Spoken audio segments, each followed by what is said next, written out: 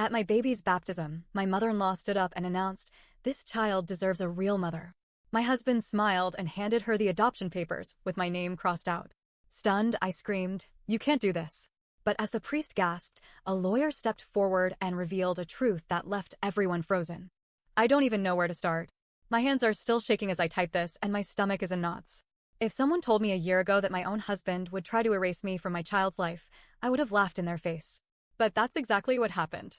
And I swear, if I hadn't seen it with my own eyes, I wouldn't have believed it either. The church was packed. My family, his family, friends, and even some of his business associates had shown up. It was supposed to be a beautiful day, our daughter Sophie's baptism. I stood at the front of St. Patrick's Cathedral in New York City, holding my baby, feeling so happy. The soft hum of the organ filled the air, and the priest was just getting ready to begin. I glanced at my husband, Ethan, expecting to see that same happiness on his face. Instead, he looked calm. Too calm. And then his mother, Margaret, stood up. At first, I thought she was about to say something sentimental, maybe a blessing, some emotional grandmotherly speech. But then she opened her mouth. "This child deserves a real mother," she announced loudly. I felt my breath hitch. The church went silent. People turned in their seats. My father's face twisted in confusion, and my mother gripped the pew so tightly her knuckles turned white. The priest stopped mid-sentence, his brows furrowing. I clutched Sophie tighter, my heartbeat pounding in my ears. And then Ethan smirked. He reached into his suit jacket, pulled out a thick envelope, and handed it to his mother. She took it with a triumphant expression, like she had just won something. I glanced down at the papers and my stomach dropped. Adoption papers. With my name crossed out. My vision blurred. My ears rang. I read the words over and over, trying to understand what I was looking at. My name, crossed out in thick black ink. Ethan's name still there. Sophie's name still there. I opened my mouth, but nothing came out at first. I forced in a shaky breath. "You can't do this," I whispered. I don't even know if I was talking to him or her. The priest looked horrified. Someone gasped loudly. My best friend covered her mouth in shock. Ethan tilted his head, like I was some silly little thing that didn't understand. "It's already done," he said smoothly, like he was explaining something obvious. "You were never the right choice, Una." I staggered back a step. The room tilted. Margaret smiled. The way she was looking at me, like I was nothing. Like I was just an obstacle that had finally been removed. I turned to Ethan, my hands shaking so badly I could barely hold onto Sophie. My voice cracked. "You did this behind my back?" He sighed, as if I was exhausting him. "Look, you've been so distracted," he said, waving a hand. "I talked to a lawyer. The courts will see it's for the best. Sophie needs a stable home. My mother and I can provide that." I felt like I was going to be sick. For the past 6 months, I had felt something was off. Ethan had been cold, distant. At first, I thought it was just stress from work. Then little things started adding up. He started missing my doctor's appointments during my pregnancy. He would forget to pick up things for the baby, even when I reminded him 10 times. He suddenly had late nights at the office that he never had before. Margaret started dropping comments about how some women just aren't cut out for motherhood. And then, 2 months ago, I found a hidden bank statement in his office. A private account. Large transfers. When I asked him about it, he brushed it off. "It's for a surprise," he said. I wanted to believe him. I needed to believe him. I had just given birth. I was exhausted. I trusted my husband. And now? Now he was standing there, in front of all our family and friends, handing his mother adoption papers, as if I had never existed. The murmurs turned into loud whispers. Someone in the back said, "What the hell?" The priest stepped forward, his face pale. I don't understand," he stammered. "Mr. Montgomery, this is highly..." Before he could finish, another voice cut through the chaos. A man in a gray suit stood up from one of the pews in the middle of the church. I didn't recognize him, but the second I saw the briefcase in his hand, something inside me stirred. He walked forward, his shoes clicking against the church floor. Ethan's expression shifted. For the first time that day, he looked nervous. The man stopped a few feet away from us. Then, with calm precision, he reached into his briefcase and pulled out another set of documents. "Actually," he said, his voice crisp and clear, "Mr. Montgomery, you're the one being removed." Margaret froze. Ethan visibly tensed. The church went dead silent. My breath caught in my throat. And in that moment, I knew I wasn't the only one with a plan. Margaret's mouth hung open, like a fish gasping for air. Ethan's grip tightened on the papers he had just handed her. The man with the briefcase, my lawyer, stood tall, adjusting his tie like he had all the time in the world.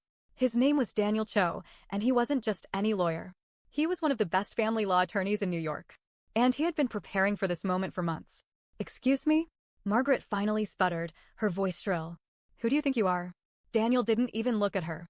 He turned to me, his expression calm but firm. "Ms. Park, I have the documents you asked for. Would you like me to read them out loud, or should I hand them directly to Mr. Montgomery?" I swallowed hard. My hands were still shaking, but I lifted my chin. "Read them," I said. Ethan took a single step forward, his jaw tightening. "Una, don't make a scene." Daniel didn't even blink.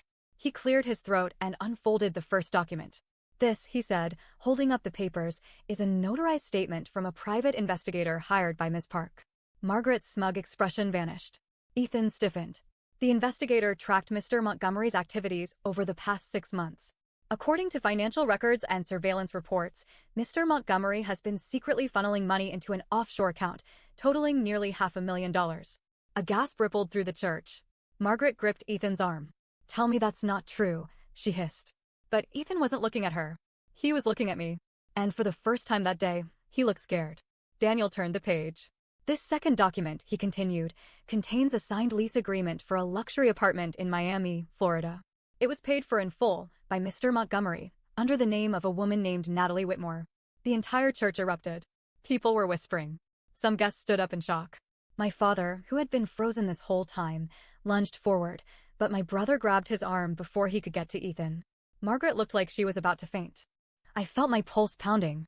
My mouth was dry. I knew it. I had suspected for months that Ethan was cheating. The sudden work trips. The missing money. The way he started pulling away as if I was just a temporary guest in his life. But now I had proof. Ethan took a slow step back, his face twisting. "Una, I can explain." Daniel cut him off. "The final document," he said, "is a copy of a petition for full custody of Sophie, filed by Ms. Park 3 weeks ago." The room froze again. Margaret gasped like someone had slapped her. Ethan's head snapped toward me. "What?" His voice was sharp, his face red with anger. I held my baby tighter. I felt my whole body shaking, but I stood my ground. "You were planning to take Sophie away from me," I said, my voice steady. "So I made sure that when the time came, I'd take you down first." Ethan lost it. "You set me up," he hissed, stepping closer. This is insane. You think you can just take my daughter?" "My daughter?" Daniel didn't even flinch. "Actually, according to these documents, Miss Park is the sole legal guardian of Sophie as of last week." Silence. It was Margaret who broke it.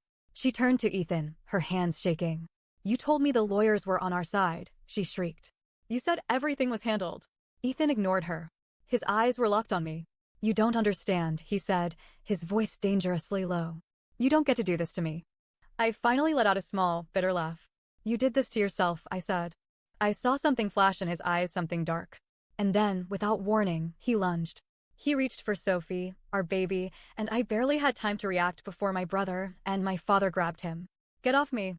Ethan roared, struggling against them. The entire church was in chaos now. People were yelling. The priest was calling for security. And that's when I heard it.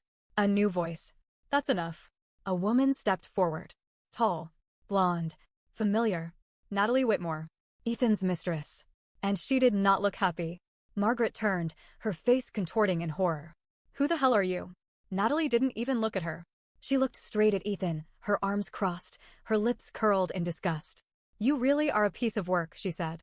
Ethan's face drained of color. Natalie, what are you doing here?" Natalie let out a humorless laugh. "Oh, don't play dumb, sweetheart." She reached into her purse and pulled out her own set of papers. I felt my stomach drop. Natalie waved them in the air. "Did you really think I wouldn't find out?" she said. "You promised me we were moving to Miami, that we'd start fresh. But guess what I found in your briefcase?" She threw the papers at him. Ethan caught them, fumbled, stared down at them. I couldn't see what they were.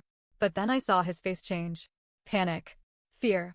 "Nat," he said, his voice shaking. "Let's talk about this in private." "No," she snapped. "You don't get to talk your way out of this. Not after what you did." She turned to me. "You're Una, right?" she asked. I nodded, completely stunned. She let out a deep breath. "You and I need to talk." My heart hammered. "About what?"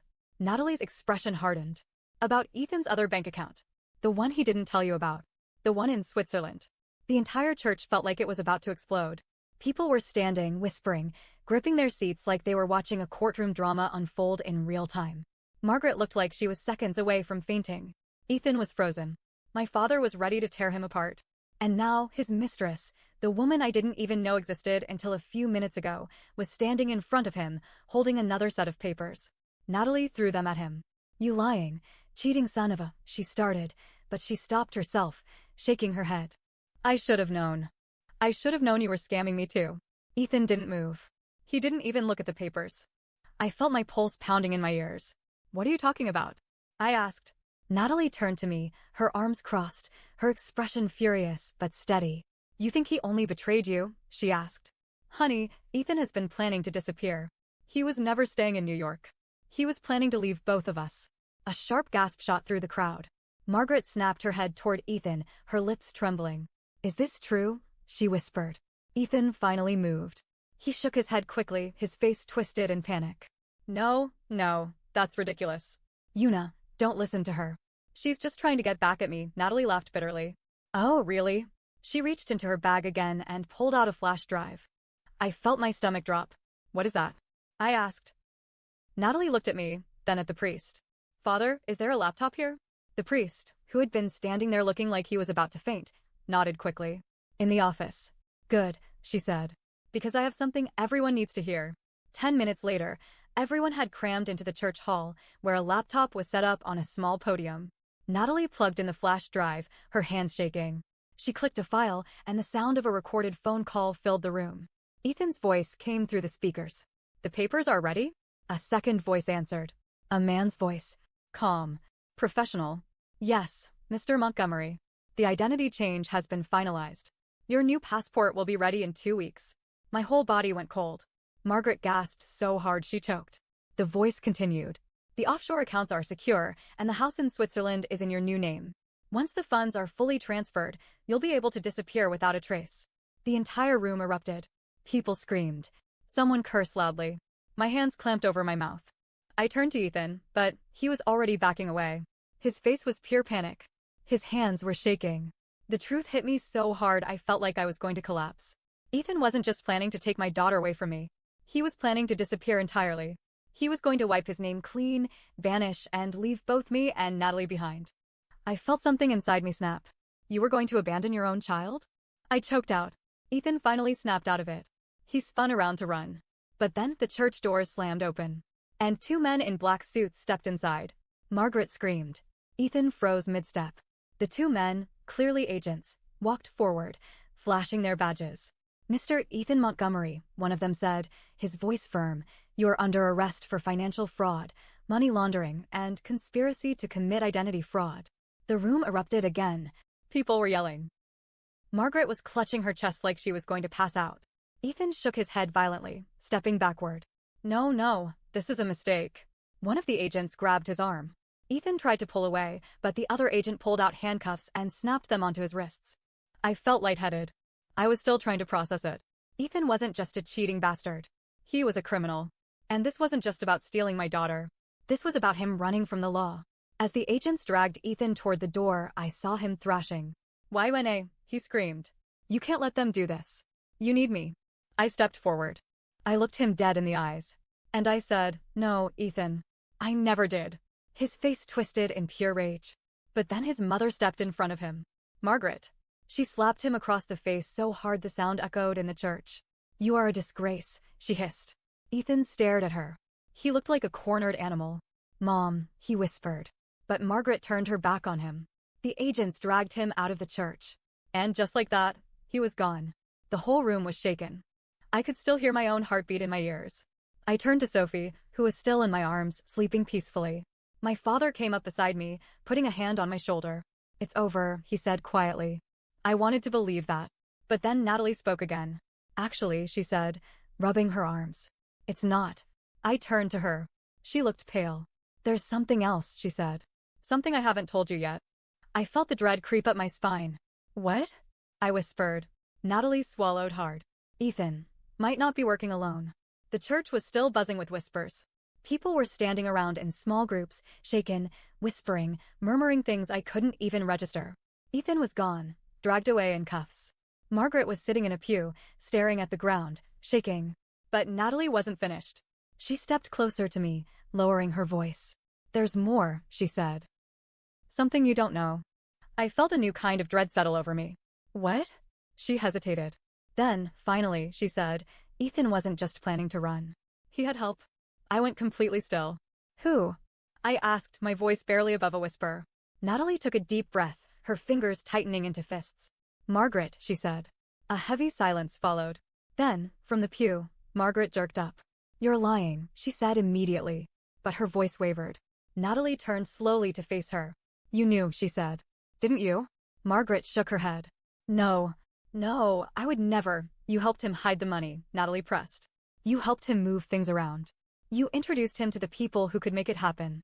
My heart stopped. Margaret's face was pale. Her hands twitched in her lap. I felt something inside me crack. Tell me she's lying, I said. Margaret's eyes darted to mine. Her lips trembled. And then she did the one thing I never thought she would. She said nothing. She didn't deny it. That was all the confirmation I needed. My fingers tightened around Sophie. My chest felt hollow. You were going to take her from me, I said. My voice didn't even sound like my own. Margaret blinked rapidly. Una, listen, Eno. The entire church fell silent at my outburst. You were part of it, I said, my voice shaking. You were part of everything. You called me unfit, but all this time, you were helping him commit crimes. Margaret's breath hitched. I did it for Sophie, she whispered. I laughed, but there was no humor in it. You did it for control, I spat.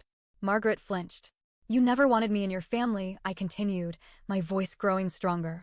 You never even wanted Ethan to marry me. And when you realized you couldn't push me out, you found a different way. Tears filled her eyes. That's not true. It is, I said coldly.